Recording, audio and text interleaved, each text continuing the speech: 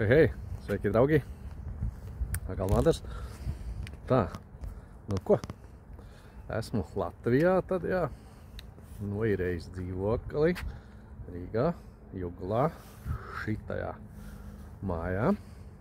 Jauns ciematiņš, tāds ar jaunām ēkām, jaunām mājām. Pie Juglas ezera.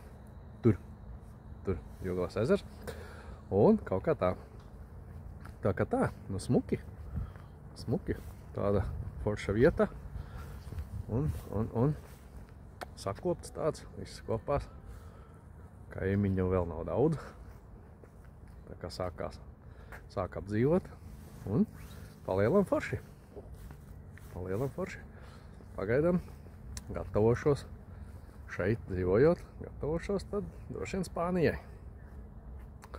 Un laika apstākļi ir tādi, ka šodien vēl neko, tāds saulīt arī bija uzspīdējis, kad mirkli, bet nu tādā veidā. Bet jebkurā gadījumā dzīvo šeit, ir ērti, forši dzīvoklītis, tā kā tāds, diezgan plašs. Un forši jāiziet līdz Juglas ezeram, ja paskatās, kā tad tur izskatās. Nu, draugi, kaut kā tā, tā kā pagaidām. Čau, čau!